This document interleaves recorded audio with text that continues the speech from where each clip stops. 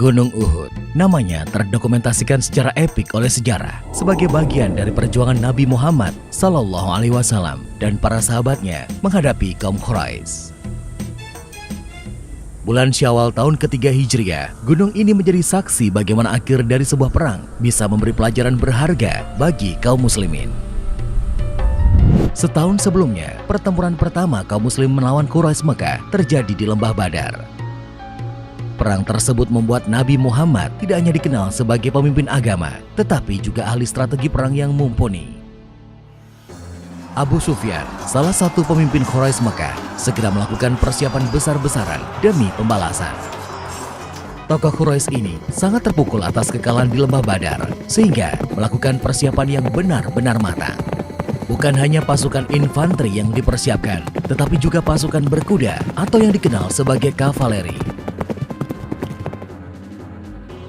Sebanyak 3.000 infanteri dipersiapkan oleh Abu Sufyan. Sebagian dari pasukan infanteri tersebut dilengkapi dengan baju besi.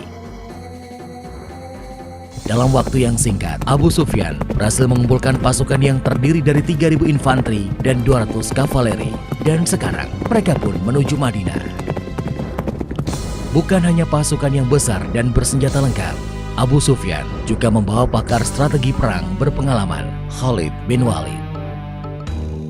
Abu Sufyan tidak lupa membawa Hubal, berhala atau tuhan kaum Quraisy Mekah yang paling besar. Tidak ingin mengulangi kesalahan yang sama seperti di Perang Badar, kini pasukan Quraisy Mekah mengambil jalan di dekat sumber-sumber air.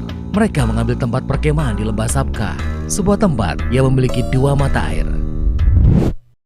Sementara itu, Madinah dalam kondisi yang tenang, tidak ada aktivitas militer, karena penghuninya belum mengetahui bahaya yang sudah mendekat. Ketenangan itu berakhir ketika seseorang yang diutus paman Nabi, Abbas, datang membawa surat dari Mekah. Nabi dan para sahabat akhirnya menyadari bahwa bahaya telah sangat dekat. Nabi segera mengirim orang untuk mengintai gerak-gerik pasukan musuh yang berkemah di Lembah Sabkhah. Pada tanggal 6 Syawal tahun ketiga Hijriah, setelah memastikan keberadaan posisi musuh, Nabi Muhammad dengan para sahabatnya segera menyusun rencana menghadapi pasukan dari Mekah tersebut. Melihat kekuatan musuh yang lebih kuat dan terlatih daripada yang dihadapi dalam Perang Badar, Nabi Muhammad mengusulkan agar menunggu musuh masuk ke Madinah dan melawan mereka dengan cara perang kota. Cara ini akan membuat musuh terjebak dalam kelompok-kelompok kecil, sehingga lebih mudah dihadapi daripada melawan mereka di tempat terbuka. Namun, kaum muslim masih dihinggapi euforia dari kemenangan di Lembah Badar. Beberapa sahabat mengusulkan kepada Nabi agar menyambut musuh di luar kota Madinah. Setelah mendengar usulan tersebut, Nabi Muhammad masuk ke rumah dan keluar dengan memakai baju zirah dan menyiapkan senjata. Melihat sikap Nabi, para sahabat terkejut. Mereka pun saling berbicara satu sama lainnya dan merasa telah membangkang terhadap perintah Nabi. Para sahabat kemudian meminta Hamzah menyampaikan bahwa mereka tunduk kepada segala keputusan Nabi. Hamzah sengaja yang diminta karena beliau adalah paman Nabi. Nabi pun menjawab bahwa dirinya bukanlah seorang nabi jika menanggalkan baju zirah dan senjatanya sebelum perang dimulai. Pasukan muslim yang dipimpin langsung oleh Nabi Muhammad segera bergerak menyongsong musuh di pegunungan Uhud. Nabi Muhammad memimpin 1.000 infanteri dan 50 pemanah, kekuatan yang sebenarnya masih jauh tidak sebanding untuk mengimbangi pasukan Abu Sufyan. Bergerak meninggalkan Madinah, pasukan muslim mulai dilanda perpecahan. Abdullah bin Ubay ibnu Salul dan 300 pasukannya memutuskan kembali ke Madinah. Dia beralasan karena musuh tidak kunjung dijumpai. Selain itu, dia menganggap melawan di dalam kota lebih baik daripada di tempat terbuka. Dengan perginya Abdullah bin Ubay ibnu Salul dan 300 prajuritnya, maka kekuatan infanteri pasukan muslim tinggal 700 orang. Situasi ini semakin mengkhawatirkan, mengingat ada 3.000 infanteri yang akan mereka hadapi. Berkurangnya jumlah pasukan ternyata masih terus berlanjut. Nabi Muhammad memerintahkan beberapa orang untuk kembali ke Madinah, seperti Abdullah bin Amr, Zaid bin Sabit, dan Usamah bin Zaid, karena usia mereka yang terlalu belia. Namun, beberapa pemuda yang terbilang belia memaksa bertahan dan turut serta dalam pertempuran, seperti halnya Rafi bin Khudaits yang diizinkan Nabi tetap ikut karena posisinya sebagai pemanah. Hingga kemudian sampailah pasukan muslim di pegunungan Uhud.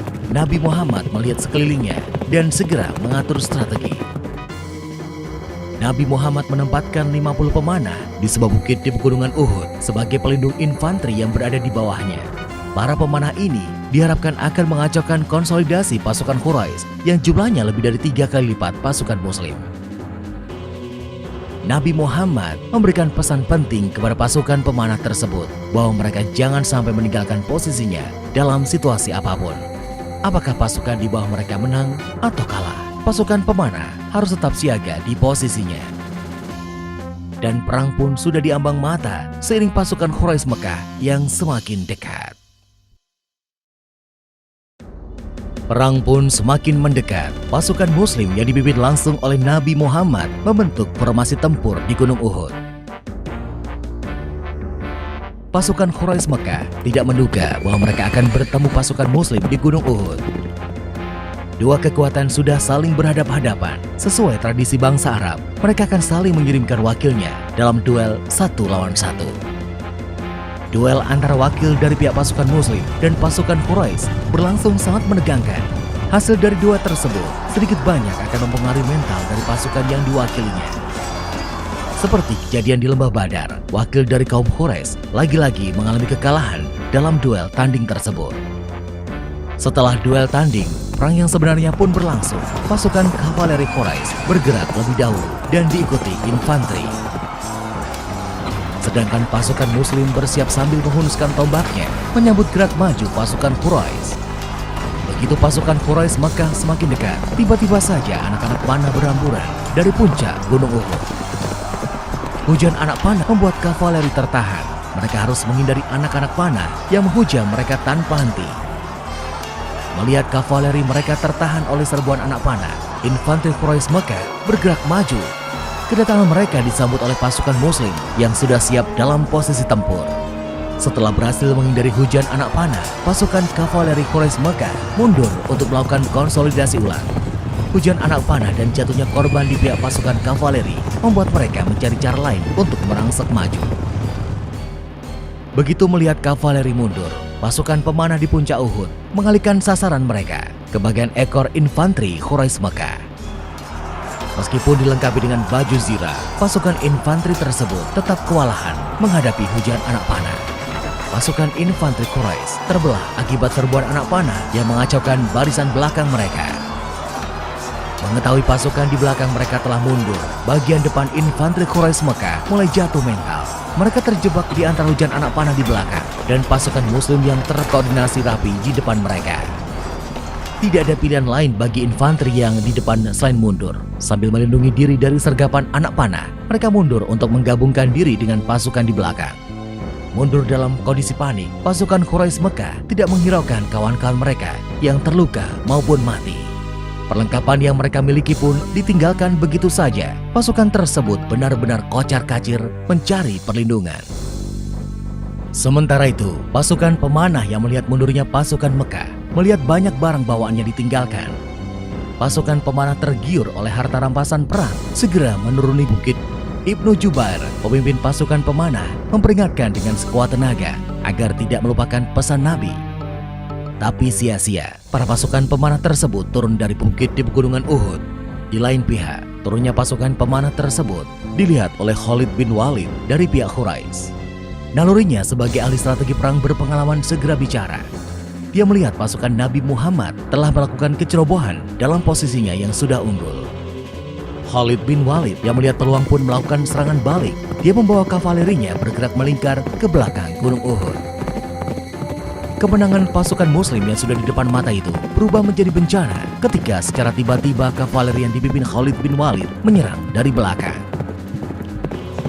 Serangan tidak terduga itu membuat pasukan muslim kalang kabut.